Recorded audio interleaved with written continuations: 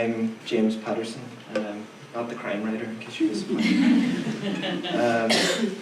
I have been working recently on a bunch of poems about my hometown of Newry, which is just on the border between Belfast and Dublin.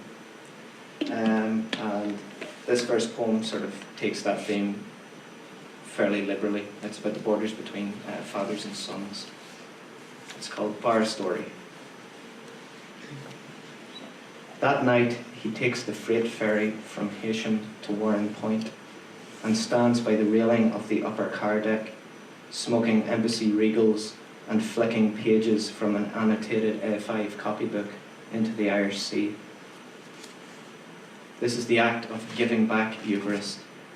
Names, dates, newspaper clippings, sketches of old girlfriends, addresses, phone numbers, memorabilia useful to no one. They leave his hands like frightened birds. Later, he'll meet my mother in a sawdust dive on Francis Street, after spending hours with his own father and uncle, stamping drinks and leafing through a beer-soaked copy of An Phoblacht. He tells me this in the Café Iruña in Pamplona, 25 years later, in front of a giant floor-to-ceiling roof mirror casting golden light back and forth onto our table like a private quasar. I'm nodding and shaking my head intermittently, listening to my dad's advice, and trying to imagine being more than just the unintended consequence of two strangers who took to marrying. But it's difficult. Between him and me, things get summoned to inhabit our circle like Ouija, and as his story plays out, someone does an accent, someone else a face, and when the punchline finally arrives, we laugh because neither one of us is talking. So, one of the readers earlier read a poem about Jean McConville, and it's sort of fortuitous that I actually have a poem here about the disappeared as well, but it takes a slightly different look at it. When I was reading up about the disappeared in Northern Ireland, I came across the disappeared of the Argentinian conflict during the 1970s and 1980s, which of course was on a much grander scale, and I thought about the connections between those two sets of tragic victims. So that's what this poem is about. The disappeared. Even now, I find it difficult to imagine being a campesino, dicing sweet potato over the kitchen sink, my hands calloused from years of raising sugarcane and lemon. What could possibly be to such a life? Argentina is tending more important matters. I hand out leaflets in Monteros for Santuco. In January, a transport plane is shot down and kills 13. I'm not sorry. Perón is not in power, so civility can rise again in the green-cut mountains of Tucumán, like Christ removing Lazarus' shroud. The sun shimmering off La Angostura, the blue and white of the flag in cloudless sky.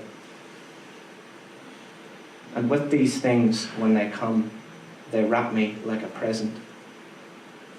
Sometime close to dawn, with an oil rag in my mouth and a blood-stained pillowcase wrapped around my head, I'm thrown from a helicopter into the South Atlantic and sent to greet the fish. The last thing I hear is traitor or its equivalent. I have no frame of reference. The ocean current carries me over thousands of miles, and when I'm disturbed again, I'm something else entirely. A rumour in the sand, perhaps, or a ghost without pasture. Someone who might be a shell or a fossil, foundations on an unfinished house, or 4 converged headlamps on a quiet country road. And I'll leave it with this last one. In 1993, just for a little bit of context, there was a sort of local story in Newry about an alleged car thief who was told by a local paramilitary that if he didn't get off the island of Ireland in 24 hours, that he would be shot in the legs. And he decided that the solution to that was to take sanctuary in the local cathedral, which he did for 10 days. And what this poem tries to do is to imagine what he was thinking and feeling during that time. It's called Sanctuary.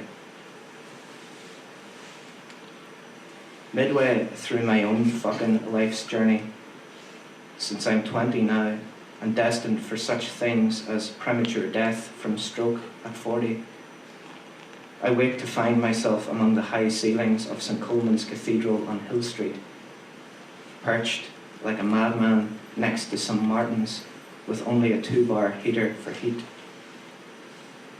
I wake alone, with the choirmaster's podium jammed against the door of this choir loft suite, carving my name out of pure tedium into one of the pipes on the pipe organ, when suddenly I hear chanting as at a stadium erupt in the street, and Father Morgan remonstrating from the church's front door that now would be the time, since I'm upstairs snoring.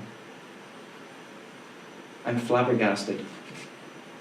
I thought I was being ignored by the old bastard, and had sort of hoped that with the exception of the odd hoor from St. Christopher's Park and some dope, I could live my days in relative peace under the protection of John Paul, our Pope. Hadn't figured that of all people, the priest would be the one to grasp me to my captors, who are on their way up now to bag up my knees. Thank you.